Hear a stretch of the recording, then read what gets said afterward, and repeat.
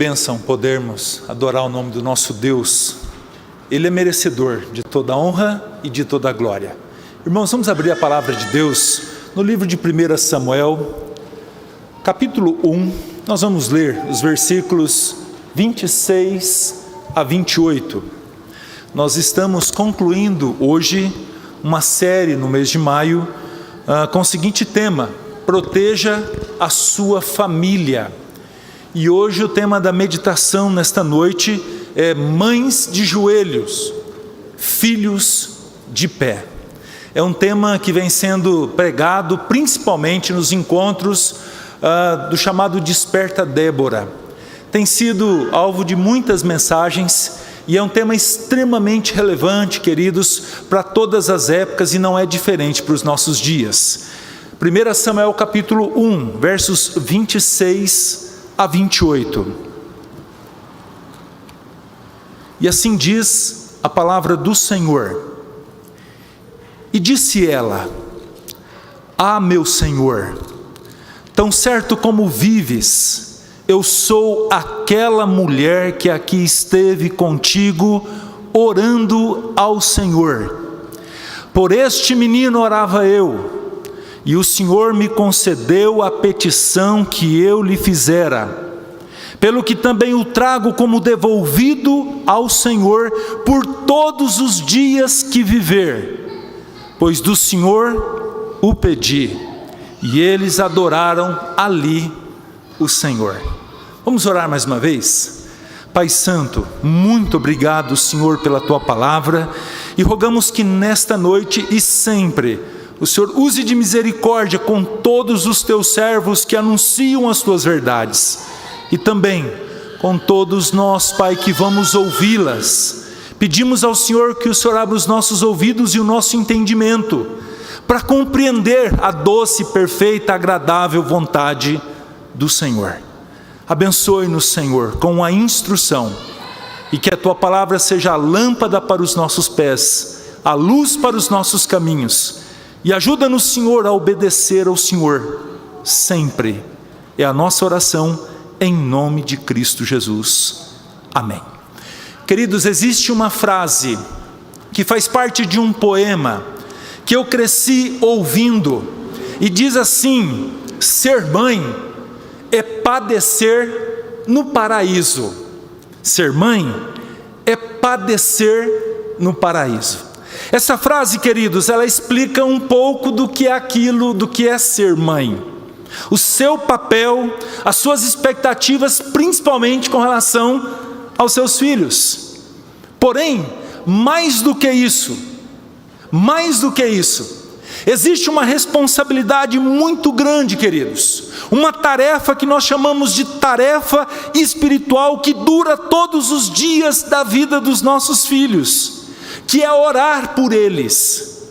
Esse compromisso nós assumimos diante de Deus e reforçamos ele quando da apresentação dos nossos filhos, mas principalmente quando do batismo. Quando nós levamos os nossos filhos à casa do Senhor para serem batizados, nós prometemos diante de Deus de orar por eles, de interceder por eles todos os dias da sua vida.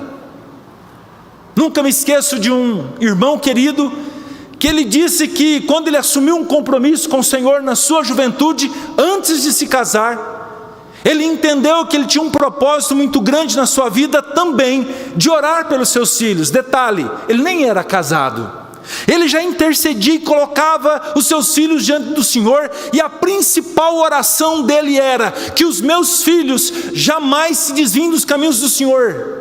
Que mais do que diplomas universitários, mais do que de repente excelentes profissões, eles tenham aquilo que é o mais importante: um título de cidadãos dos céus, na pessoa do seu Filho Jesus Cristo. E esse é o grande desafio nosso como pais. Aliás, é o maior de todos, e muitas vezes ele fica renegado a segundo, terceiro plano, onde nós nos preocupamos tanto com outras coisas. A formação, não que não tenha sua importância, mas não está em primeiro lugar. Os diplomas, as profissões. Meus queridos irmãos, o grande desafio nosso como pai na face da terra é conduzir os nossos filhos para os céus. E se no final de suas vidas eles não tiverem essa certeza e convicção, nós como pais somos considerados fracassados. Principalmente porque falar do Senhor Jesus, duas coisas são importantes: lançar a semente. Nós não fazemos essa semente brotar, nós não temos poder para isso, mas nós somos chamados a lançarmos a semente. Segundo, o nosso testemunho faz muita diferença, queridos, nessa mensagem anunciada. A forma como nós cremos no Senhor, a forma como nós nos portamos diante dEle, a forma da nossa obediência, tudo isso é mensagem transmitida e ensinada aos nossos filhos. E se nós temos um desafio, o desafio, queridos, aliás, eu refaço a frase: se tem uma coisa que nós podemos levar para o céu, são os nossos filhos. E nós podemos fazer isso ensinando eles o caminho que é Jesus Cristo. O texto que nós acabamos de ler, queridos, é um diálogo entre Ana, esposo de Elcana, como disse o presbítero Jober durante a liturgia, mãe do grande sacerdote e juiz Samuel. E esse diálogo era com o sacerdote Eli, no dia em que ela leva o seu filho à casa do Senhor, ao templo na cidade de Siló. A história dessa família começa no capítulo 1 de Samuel. O texto nos mostra que Ana não podia ter filhos, ela era estéril. E uma mulher nessa condição, meus queridos, ela era considerada como a amaldiçoada do Senhor. Mas tinha algo, queridos, que trazia muita tristeza, algo que de fato enchia o seu coração de amargura. Ela tinha uma rival dentro da sua própria casa, e essa mulher chamada Penina, que era a segunda esposa do seu marido, e muito provavelmente ele tem assumido esse segundo casamento por conta da esterilidade de Ana. E essa mulher chamada Penina tinha filhos. E se você puder observar na sua Bíblia, capítulo 1, verso 6 de 1 Samuel, a sua rival a provocava excessivamente para a irritar, porquanto o Senhor lhe havia cerrado a madre, diz o texto. E ainda no verso 7 diz que de ano em ano, todas as vezes que Ana subia à casa do Senhor, a outra a irritava, pelo que chorava e não comia. A condição de Ana era de extrema tristeza por conta de não ter filhos. Porém, queridos, estando ela no templo, orou ao Senhor, e mesmo com amargura de alma, chorando abundantemente, diz a palavra do Senhor que ela faz um voto para com o Senhor. E ela diz: se benignamente atentares para a aflição da tua serva, e de mim te lembrares, e da tua serva não te esqueceres, e lhe deres um filho varão, ao Senhor o darei por todos os dias da sua vida, e sobre a sua cabeça não passará navalha.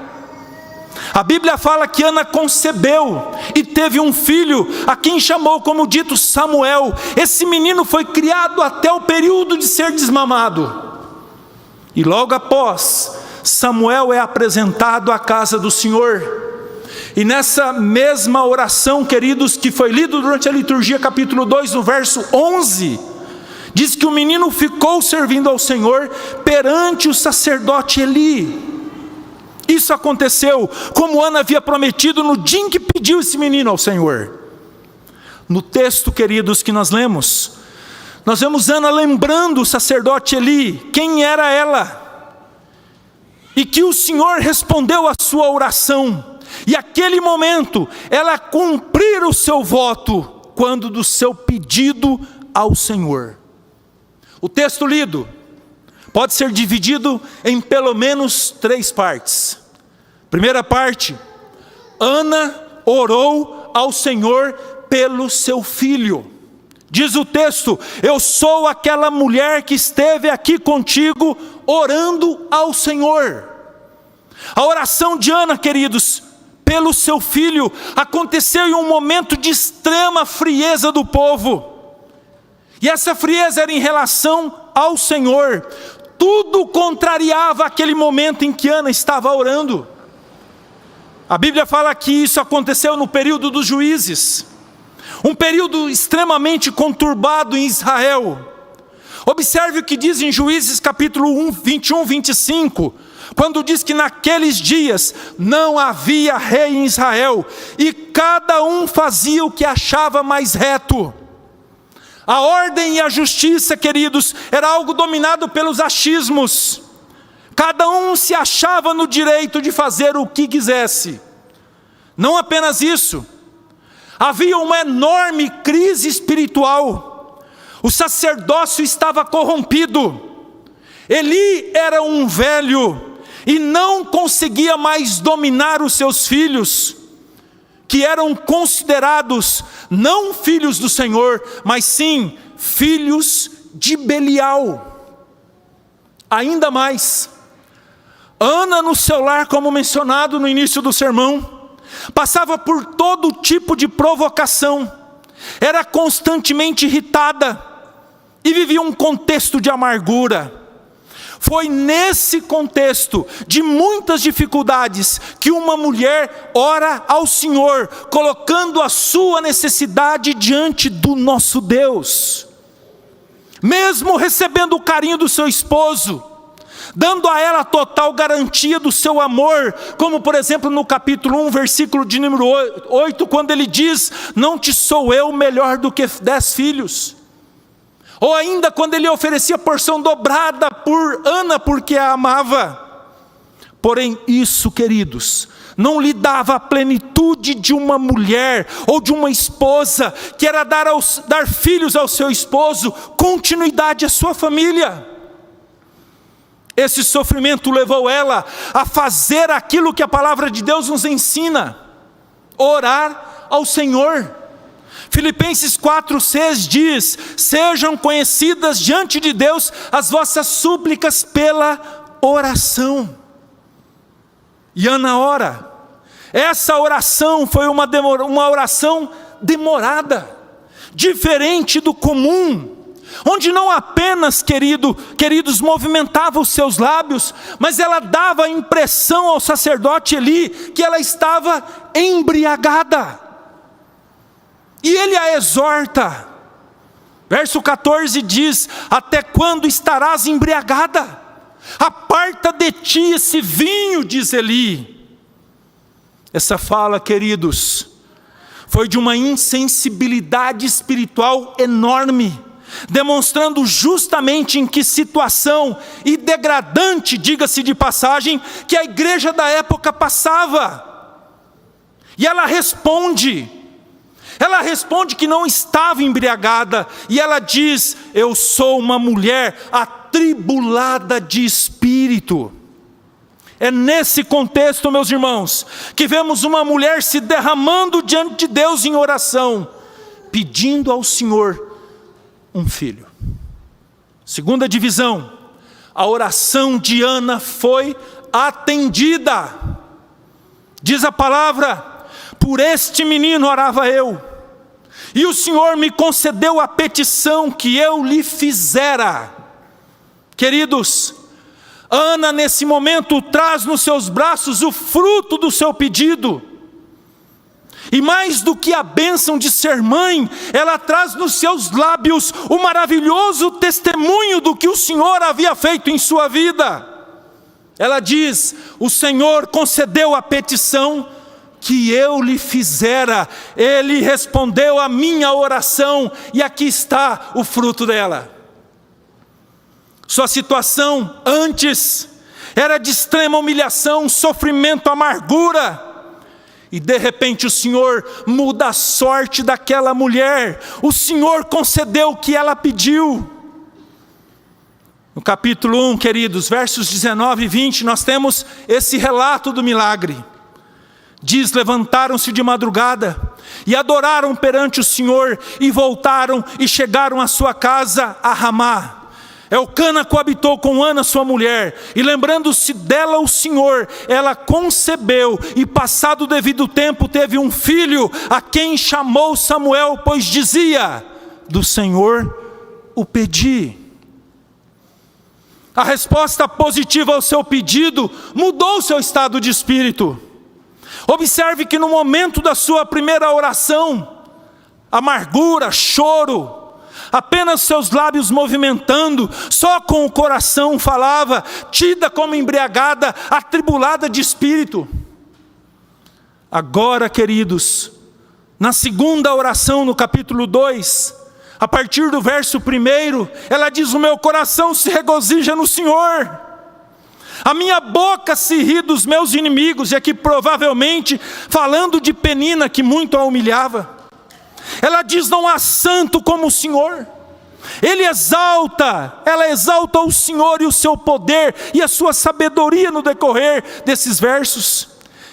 E ela deixa muito claro que não há ninguém que se compara ou que se compare ao Senhor.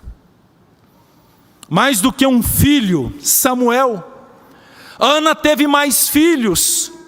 Sua madre, que antes estava cerrada, teve a graça de ser fértil.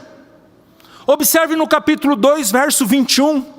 Diz assim: abençoou, pois o Senhor a Ana, e ela concebeu, e teve 3 filhos e 2 filhas. E o jovem Samuel crescia diante do Senhor. Observe, meus irmãos, a resposta do Senhor não foi apenas Samuel, mas Ana teve filhos e filhas.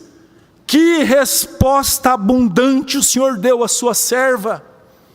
Meus amados irmãos, servimos o Deus Criador dos céus e da terra, o Deus que responde orações.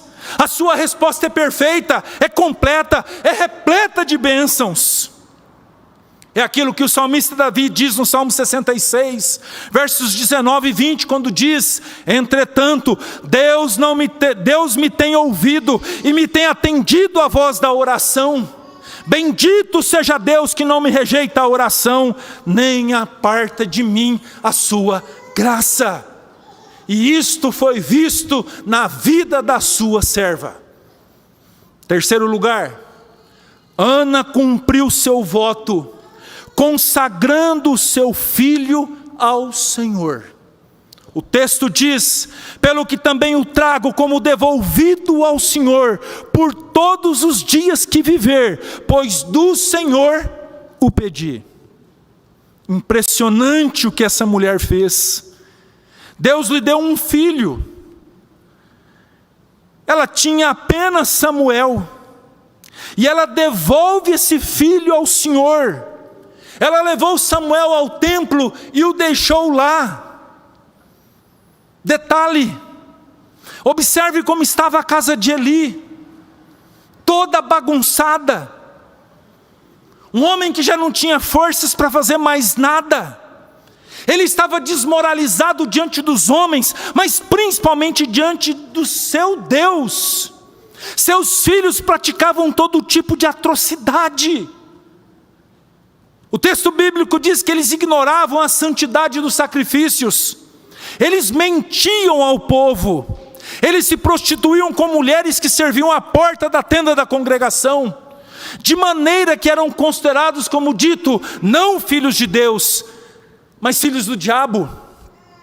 E todo o povo sabia disso. Essas notícias corriam, como nós dizemos, a boca miúda. E Ana poderia pensar: o quê? Levar meu filho, meu único filho, para essa casa? Vou não. Meu filho vai ser um mau caráter como os outros filhos de Eli. Nem pensar. Notem, queridos, ela fez exatamente como propusera ao Senhor. Antes mesmo de ser abençoada com uma madre fértil, antes de engravidar, ela obedece e faz exatamente como tinha proposto. Ela diz: como devolvido ao Senhor. Ela entende que o Senhor é quem havia dado aquele filho a ela. era herança do Senhor. É assim como o salmista entende no Salmo 127, verso 3, herança do Senhor são os filhos. Naquele instante ela devolve como se o dono a tivesse emprestado. Nós nunca devemos esquecer, queridos, que os nossos filhos na realidade são filhos do Senhor, e nós somos como se mordomos desse Deus, criando esse filho com o manual que Ele nos deu, que é a sua palavra. Ela não teve medo de devolver o seu filho, pois entendia que foi o Senhor quem tinha dado, e o Senhor cuidaria dele. Ela diz no capítulo 2, verso 9, o Senhor guarda os pés dos seus santos. Foi confiado nessa verdade que Ana deixa o seu filho, como já enfatizado, vai para sua casa, porém o menino fica servindo ao Senhor perante o sacerdote Eli. E Deus cuidou desse menino. Samuel foi simplesmente o maior sacerdote e juiz que já existiu. Foi grandemente usado pelo Senhor, levou novamente Israel para o Senhor. Ana não teve um filho qualquer, foi um grande homem do Senhor, um instrumento nas mãos do Criador, do Rei do Universo.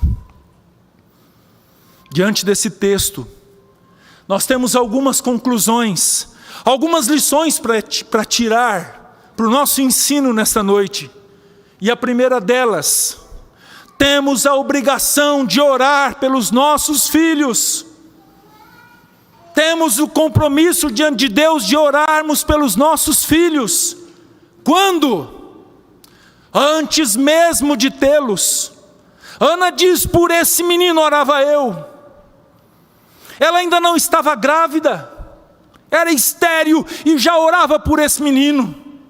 Observe o compromisso dessa mulher, colocando seu filho diante do altar do Senhor. Queridos,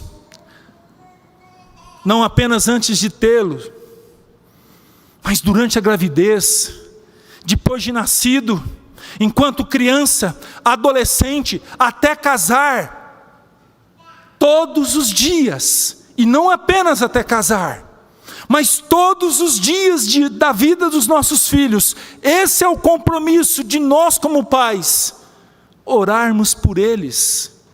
Os nossos filhos devem ser alvos de nossas orações, e esse compromisso não acaba quando eles se casam.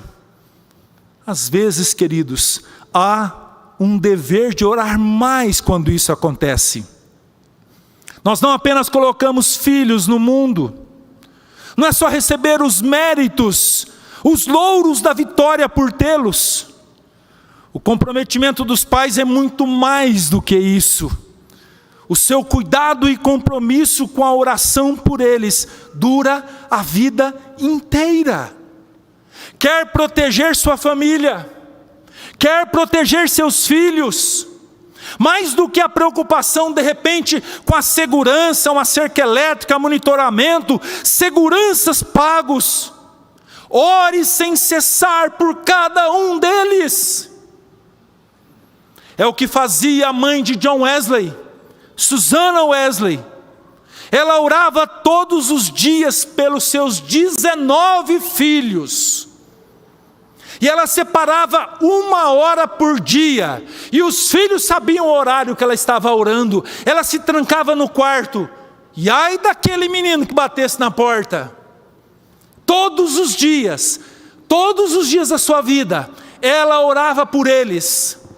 E detalhe, principalmente 2 dos seus filhos foram grandes homens de Deus, usados pelo Senhor para promover avivamentos. Não ache que é perda de tempo orar pelos seus filhos, não é. Certamente é o tempo mais precioso, é aquele que nós passamos aos pés do Salvador. E precioso também são os frutos desse ato. Segunda conclusão, ao orar, preste bastante atenção nisso, creia no agir misericordioso do Senhor. A Ana era estéril, sua madre estava cerrada, mas ela pediu ao Senhor, em prantos, em lágrimas, com seu coração, e a sua madre voltou a viver. Servimos a um Senhor que responde às nossas orações, e que no seu tempo age com misericórdia na nossa vida, e também na vida dos nossos filhos, e por quem nós oramos. Ainda que seja uma enfermidade, ainda que seja um desvio de caráter, não desista de orar pelos seus filhos, interceder por cura e interceder pelo arrependimento deles. Talvez você esteja pensando: pastor, meu filho é complicado, meu filho é terrível, pastor. Creia que os impossíveis dos homens são possíveis para Deus. Lucas capítulo 18, verso 27 diz isso. Faça o que fez Mônica, mãe de Agostinho de Hipona. Se você lê a história de Agostinho, ele viveu uma vida devassa, terrível, beberrão, mulherengo, inclusive teve filho com uma prostituta. Porém, queridos, a sua mãe não deixou de orar pela vida dele, e por 30 anos ela se colocou de joelhos diante do Senhor e pediu: Deus, transforme a vida, transforme a história do meu filho. E Deus respondeu a sua oração. E Agostinho se tornou um dos maiores teólogos que a história contemplou. Desde os primórdios, do 3º século, um homem que vem influenciando pensadores, inclusive na Reforma, tanto com Lutero quanto com Calvino. Não ache que Deus mudou, e que não vai mudar o coração e a vida do seu filho. O Senhor continua o mesmo, ontem, hoje e será eternamente. O que precisamos é pedir, clamar, crendo no agir misericordioso do Senhor. Terceira conclusão: devemos ter a coragem de consagrar os nossos filhos ao Senhor.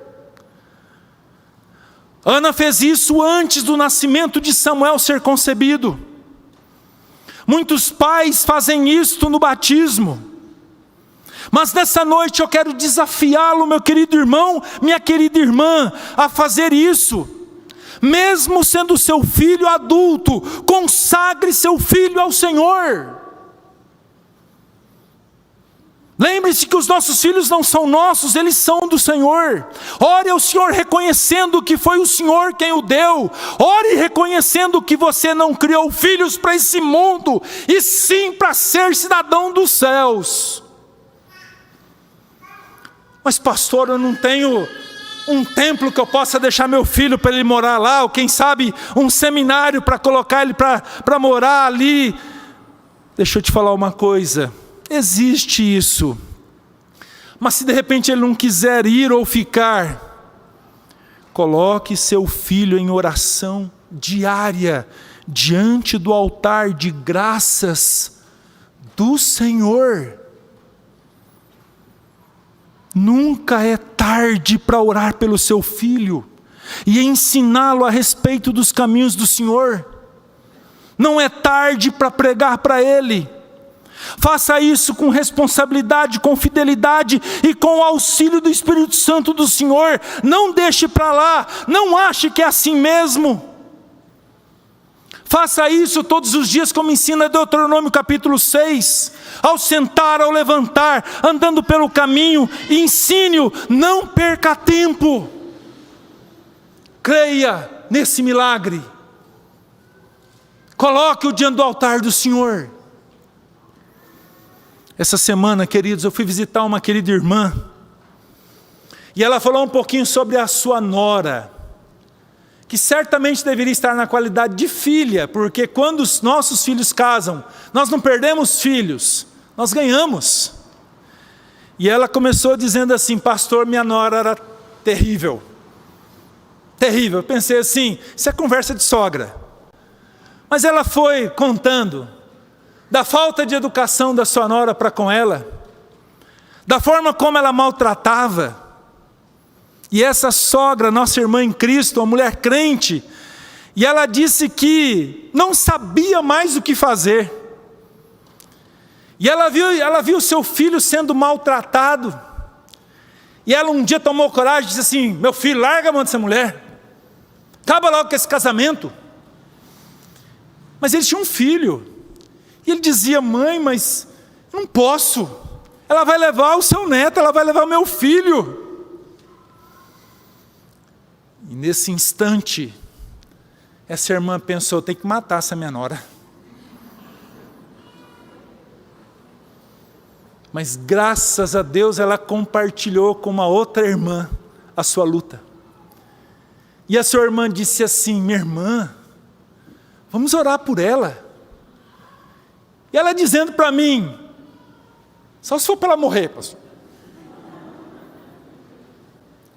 Mas ela assumiu o compromisso.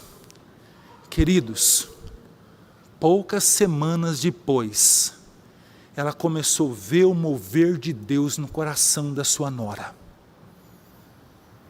Ela já começou a ouvir: senhora, muito obrigado, Deus te abençoe.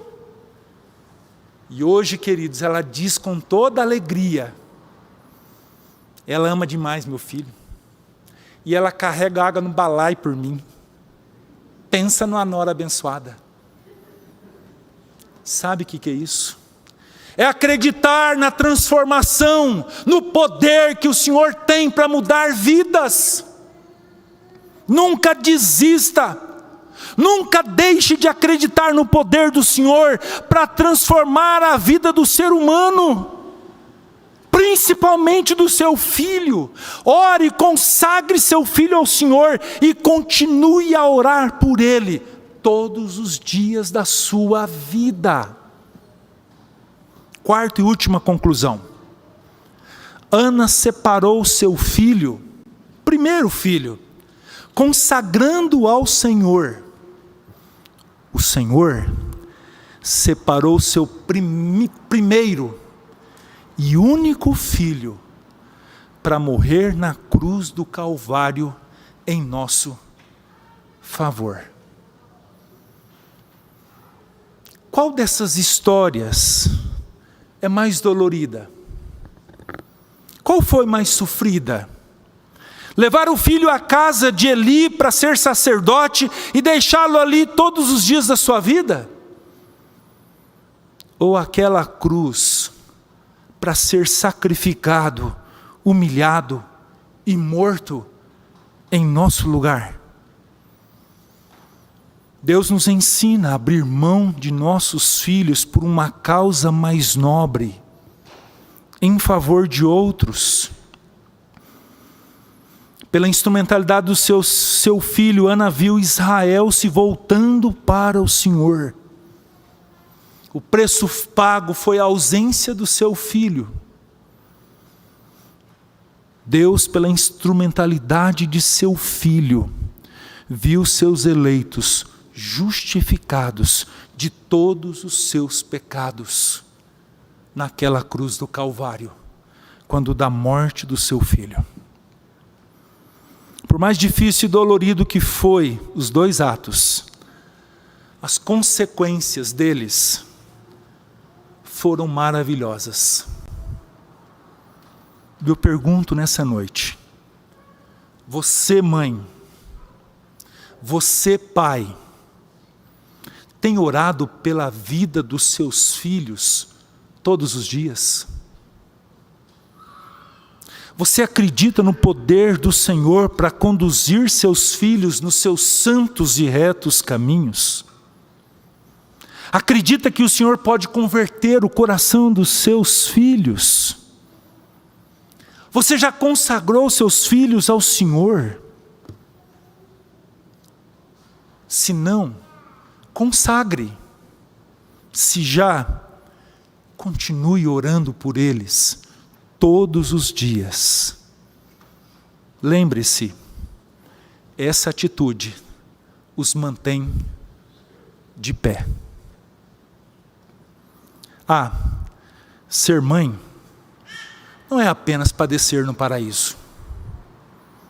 E sim, se necessário padecer, padeça, desde que os nossos filhos vão para o paraíso do Senhor Jesus. Que Deus nos ajude e nos abençoe diante desta missão, que é interceder pela vida dos nossos filhos. Amém, meus irmãos? Vamos orar?